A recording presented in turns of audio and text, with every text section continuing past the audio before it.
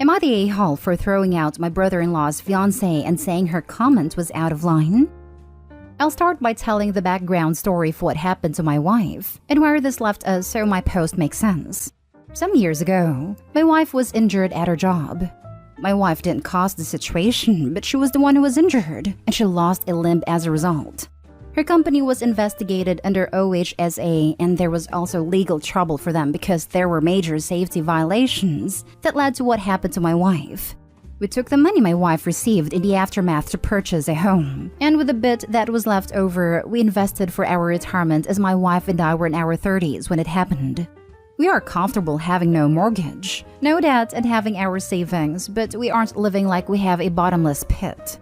Our house isn't a mansion, our vehicles are used, we don't have expensive clothing or unlimited vacations. Both of us still work part-time because we want to keep our resumes current, as we don't want to rely solely on the money from what happened to my wife because that is our nest egg. And frankly, we both need something to do besides be at home. What happened to my wife was traumatic beyond any words I have. I love my wife exactly how she is. But both of us agreed that we would trade our house and nest egg for our old shoebox studio apartment and the debt we had before, if it meant my wife could go back to how she was before the injury. But the money we got was not from something happy. Also, we have never bragged or flaunted our money at anyone. Everyone knows why my wife got that money. There was no way to hide her injury, hospital stay, and rehabilitation, but we don't talk about it to anyone, even though it happened as public. My wife's brother got engaged, and we had the two of them over for dinner and drinks. And his fiancée had a gall to tell my wife, and me, how lucky she was to have the accident because it got her money to be able to afford a house in an expensive market. She further told her she would gladly chop off her own limb, the same limb my wife was missing, to have a free house and to not have to go to work every day. I told her to leave my house because her comment was so out of line to me.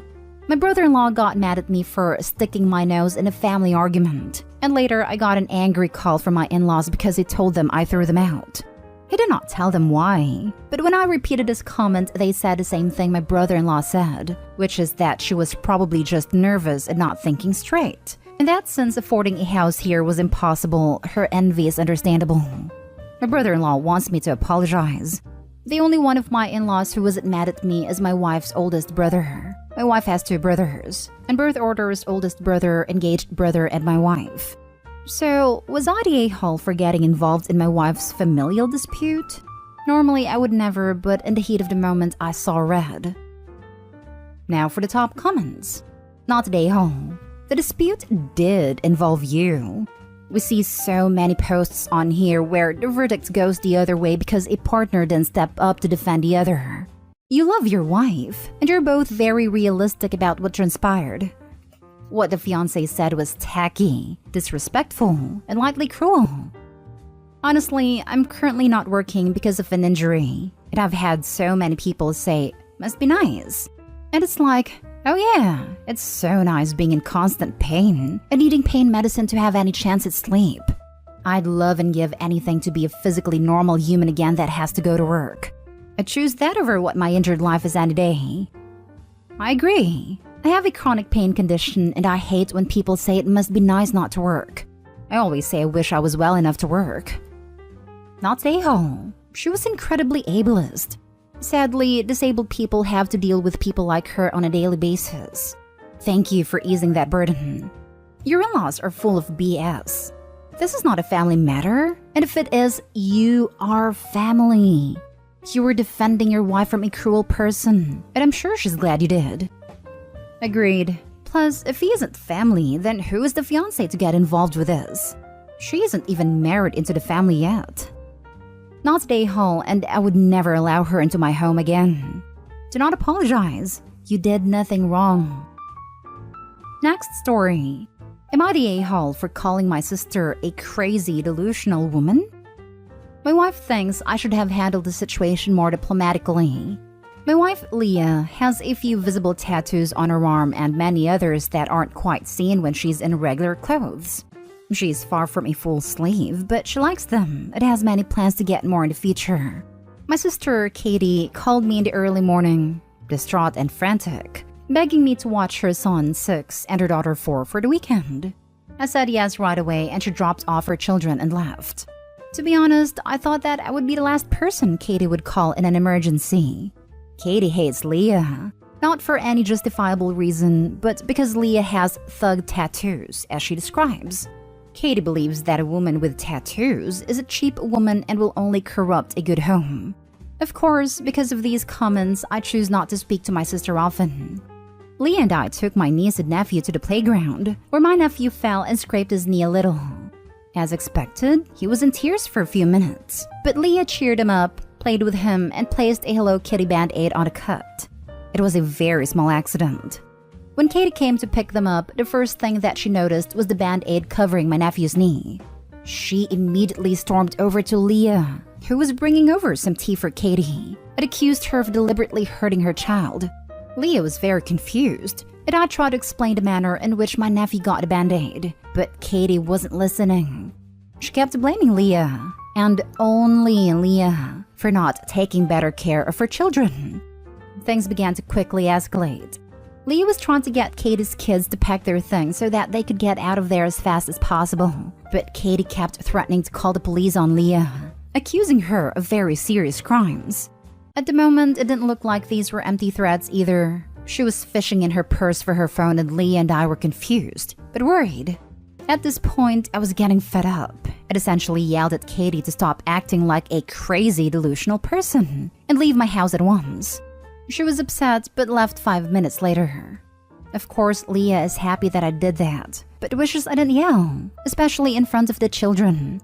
My family has taken Katie's side as it's only a mother's instinct to want to protect her children. Not stay home. Now you know how your whole family stands. What did your nephew need protection from? Gravity? Nah, my wife turned herself invisible and pushed the kid over. He needs a full bodysuit to protect himself from the deadly attacks of my wife. But if she's invisible, nobody can see her evil tattoos. Are you sure it wasn't witchcraft? Not stay home. I think that needs to be the last favor you do for Katie. Maybe even the last time you speak to her. What she threatened is incredibly serious. Obviously, there was no fault on your wife's part or yours. But depending on what industry your wife works in, even the slightest rumor of those allegations can be damaging. Especially if your other family's backing your sister's false claims. Also, it may be a mother's instinct to protect her children, but it is also a husband/wife's instinct to protect their spouse. So you had just as much of a reason to yell. My guess is that your family is also not a fan of your wife, and has no problem with anything that could cause problems for her or your relationship. Yeah, I think I've realized that I can never interact with my niece and nephew again, no matter how big the emergency. Just wait until they are old enough and reach out then. I've seen where people set up email boxes for their kids and write them notes on birthdays, holidays, special occasions. Then they give them to log in when they turn 18. You could do something like that if you want a way to show them when they are older that you always wanted a relationship with them. Not stay home. Tell the rest of your family that they need to get a reality check. Katie was harassing your wife for no justifiable reason. Good on you for defending her. Next story. Am I the a-hole for expecting my sister to reimburse me for my son's suit? I, 38 male, am a father of 2 boys. Andrew, 14 male, and Marshall, 12 male. Yesterday, my parents held an Easter gathering at their house. Me, my parents, and my 4 siblings and their kids were all invited. Marshall told me that he was planning on wearing what he wore to church to my parents' place, a suit and tie. My wife and I reminded Marshall that everyone was going to be dressed more casually, but he said he didn't care. I wasn't too surprised because Marshall has always been kind of a sharp dresser. All of my siblings and their kids were there when we arrived, including my sister, Sarah, 44 female, who I never really got along with. Her twins, both 16 male and daughter 14 female, were also there. Sarah spoils her kids rotten, and they've always been super bratty because of that. Every family gathering, they've always been pretty rude to their cousins, and they always act super entitled. And surprisingly, Sarah's kids were relentlessly picking on Marshall for choosing to wear a suit, when almost everyone else was dressed more casually. I could tell it really bothered Marshall, but he did his best to not let it get to his head. He did his best to ignore them, and he just hung out with Andrew and his cousins that he gets along with. At around 4:30, we all gathered for dinner outside. Sarah's kids kept picking on all of their cousins the whole time, but especially Marshall because of his choice to wear a suit. Again, he did his best to ignore them, but I still felt really bad. For dessert, my mom made strawberry and chocolate milkshakes for everyone in 2 large blenders that she had. When everyone there was done, there was still about a half blender of chocolate milkshake and a quarter blender of strawberry. Sarah's kids decided it would be funny to dump them on Marshall and ruin his suit, so that's exactly what they did. Poor Marshall was super embarrassed afterwards and ran away crying. My wife went to go chase him and calm him down. I had enough at that point, so I grabbed Andrew and left. I sent Sarah the dry cleaning bill and told her that I am expecting her to pay it, and that if the dry cleaners can't fix Marshall's suit, then she will have to reimburse me for the suit, along with a dress shirt and tie, as well, because she acted like it was no big deal that her kids decided to bully Marshall for no reason. She then told me that she doesn't think that she should have to reimburse me, and that I'm a terrible father for having my son wear a suit to a casual gathering. I blew up at her, telling her that she has no business in saying how my son should dress, and that she needs to learn how to discipline her bratty teenagers, and that she needs to stop spoiling them. I do feel like that may have been uncalled for. My parents and all of my other siblings are all on my side, believing that Sarah should reimburse me, but they do believe that I should have had Marshall dress more casually. I disagree though, because there's nothing wrong with Marshall wanting to look his best. Am I the a-hole? Now for the comments. Not the a-hole. Marshall wasn't dressed inappropriately. It was a family party on a major holiday, not a hike through the Grand Canyon. His cousins ruined his clothes on purpose. It wasn't an accident. They wanted to embarrass him and mess up his clothes. Their parents absolutely should pay to fix the problem. And if they were decent parents, they would make their kids earn back every cent. Yep, it would be different if the suit got ruined playing outside. That would be Marshall's fault for wearing a suit, but playing like he was in normal clothes. He didn't. He took care of the suit and didn't affect anyone. The cousins deliberately ruined it. If those teenagers were mine, they would be paying for the suit and getting lectures for being bullies. Yeah, these brats did this out of meanness, not because they felt the suit was inappropriate for a casual gathering. Even if he was wearing gym clothes, their behavior would still be completely off the charts and unacceptable. Not stay home. It doesn't matter what Marshall was wearing. Although in an ideal world, she'd take a step back and ask herself if she really wants to insinuate that he was asking for it based on how he was dressed. Her kids deliberately wrecked his clothes. She needs to take responsibility for that. Edit: everyone sucks here except for Marshall. Parents too weak to intervene and just let 16-year-old bullies pick on a 12-year-old that just wanted to look nice. Shaking my head, it must suck to be Marshall and feel abandoned to his tormentors. Your sister sucks and so do her kids. Poor Marshall. Info: did you just look at 2 16-year-old bully your 12-year-old without intervening? I am confused as to how the situation escalated and why it feels like nobody said anything. Exactly. That is what I just commented.